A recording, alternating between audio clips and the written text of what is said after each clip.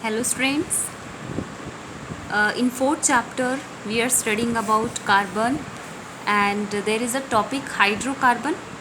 Okay, so we have studied that there are two type of hydrocarbon.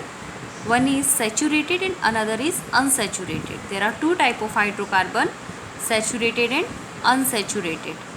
Okay, and we have studied that to saturated hydrocarbon we give another name, that is alkene, ANE. And unsaturated hydrocarbon there are two types, alkene and alkyne. Okay, hydrocarbon जो होता है वो hydrogen और carbon से मिलकर बने compound को हम बोलते हैं हाइड्रोकार्बन. इसके टू टाइप होते हैं, एक होता है सैचुरेटेड हाइड्रोकार्बन, एक होता है अनसैचुरेटेड हाइड्रोकार्बन.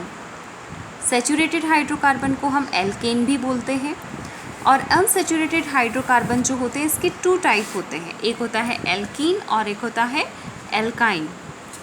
एल्केन में क्या होगा स्टूडेंट्स, इसमें कार्बन कार्बन के बीच में सिंगल बॉन्ड पाया जाता है और जो एल्कीन होता है इसमें कार्बन कार्बन के बीच में डबल बॉन्ड होता है. वहीं एल्काइन जो होता है उसमें कार्बन कार्बन के बीच में ट्रिपल बॉन्ड होता है. अब देखिए जो सैचुरेटेड हाइड्रोकार्बन है इसका फॉर्मूला था CnH2n+2. CnH2n+2 इसका फॉर्मूला है. अनसैचुरेटेड हाइड्रोकार्बन में अगर हम एल्कीन की बात करें तो इसका फॉर्मूला होता है CnH2n ओनली, बस CnH2n में ना कुछ हमें प्लस करना है ना कुछ माइनस करना है. और जो एल्काइन होते हैं इनका फॉर्मूला होता है CnH2n-2 होता है, इसमें हमें -2 करना होता है. ओके, एल्कीन के बारे में हमने पिछले वीडियो में पढ़ा था, आज हम एल्कीन को थोड़ा डिस्कस करेंगे.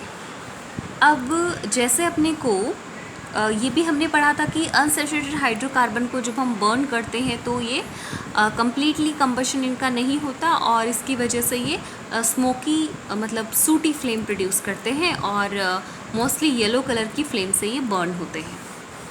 अब देखिए जो इसका हम स्ट्रक्चर और कुछ फॉर्मूले बनाते हैं.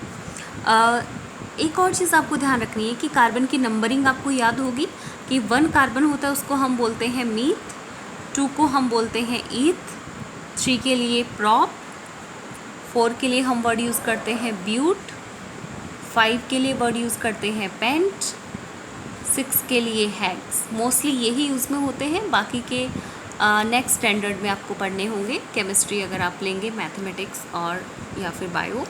7 के लिए हेप्ट, 8 के लिए ऑक्ट, 9 के लिए नॉन और 10 के लिए वर्ड यूज़ होता है टैक. आई थिंक आपको ये नंबरिंग और इसके नेम्स याद होंगे.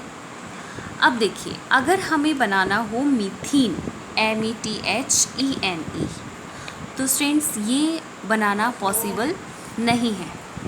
और ये जो पॉसिबल क्यों नहीं है, क्योंकि मीथेन में कार्बन 1 ही होता है और ENE में डबल बॉन्ड बनाना पड़ेगा, तो कार्बन कार्बन में डबल बॉन्ड बनाने के लिए एक और कार्बन चाहिए, वो इसमें नहीं है, इसलिए मीथेन पॉसिबल नहीं है. और इसी तरीके से मिथाइन है वो भी पॉसिबल नहीं है, क्योंकि मिथाइन में भी कार्बन कार्बन के बीच में ट्रिपल बॉन्ड होना चाहिए, तो दूसरा वाला कार्बन इसमें भी नहीं है. तो मिथाइन और मीथेन इसमें पॉसिबल नहीं होते, सिर्फ मीथेन ही पॉसिबल होता है और मीथेन बन जाएगा इजीली. अब देखिए जो एल्कीन जो था, अब मीथेन को छोड़कर बाकी सब पॉसिबल है. अगर हमें बनाना हो लाइक ब्यूटीन हो, BUTENE, ब्यूटीन एक हाइड्रोकार्बन है और लास्ट में देखिए अपने को ENE मिल गया, स्टार्टिंग में BUT मिल गया. इन दोनों से हम क्या बता सकते हैं, इसका फॉर्मूला बता सकते हैं, इसकी बॉन्ड स्ट्रक्चर भी शो कर सकते हैं और इलेक्ट्रॉन डॉट स्ट्रक्चर भी शो कर सकते हैं. तो देखिए पहले आधा ही वर्ड से हम पता कर लेंगे. प्रीफिक्स जो है इसका ब्यूट, ढूंढिए. ब्यूट जो है आपको नेम याद हो गया होगा तो पता चल जाएगा ब्यूट में कितने कार्बन होते हैं, 4 कार्बन होते हैं.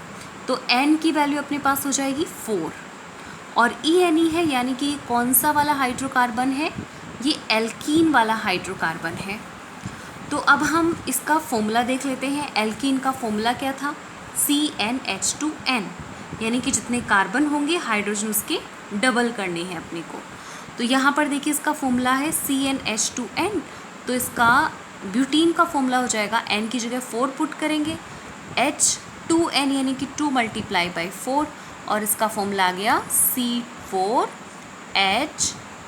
C4H8 इसका फॉर्मूला हो गया।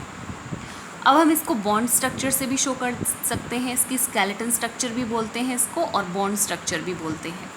तो देखिए कार्बन कितने बनाने हैं इसमें, हमें 4 कार्बन बनाने हैं।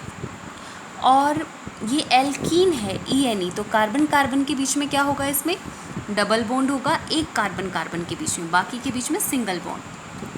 और हमें अब क्या करनी है, इसकी वैलेंसी कंप्लीट करनी है। देखिए कार्बन की वैलेंसी कितनी होती है, 4 होती है। इसमें सिर्फ कितने बॉन्ड कंप्लीट है, इसकी 2 वैलेंसी कंप्लीट है इस कार्बन की। तो कितने और चाहिए इसमें बॉन्ड, 2 और चाहिए। तो हम इसके चारों तरफ कहीं भी 2 बॉन्ड और बना देंगे और उस पर H लिख देंगे। इसमें देखिए कितने बॉन्ड कंप्लीट है, 1 2 3, यानी कि 3 वैलेंसी कंप्लीट है। कार्बन की वैलेंसी 4 होती है, तो हमें एक हाइड्रोजन और लगाना है। इसमें 2 वैलेंसी कंप्लीट है इस कार्बन की, तो कितनी और लगानी है, 4 हो गई ना। 4 में से 2 माइनस करेंगे तो 2 वैलेंसी और लग जाएंगी, हाइड्रोजन कंप्लीट करेगा। इस कार्बन की कितने बॉन्ड है, एक ही बॉन्ड है इसमें ऑलरेडी, तो 4 होती है, कितने और बच गए इसमें, 3 बॉन्ड और लगाने हैं। तो हम 3 बॉन्ड से इसकी वैलेंसी कंप्लीट कर देंगे। और ये हाइड्रोकार्बन है तो सभी के ऊपर हाइड्रोजन प्लेस कर देंगे। तो ये क्या हो गई इसकी बॉन्ड स्ट्रक्चर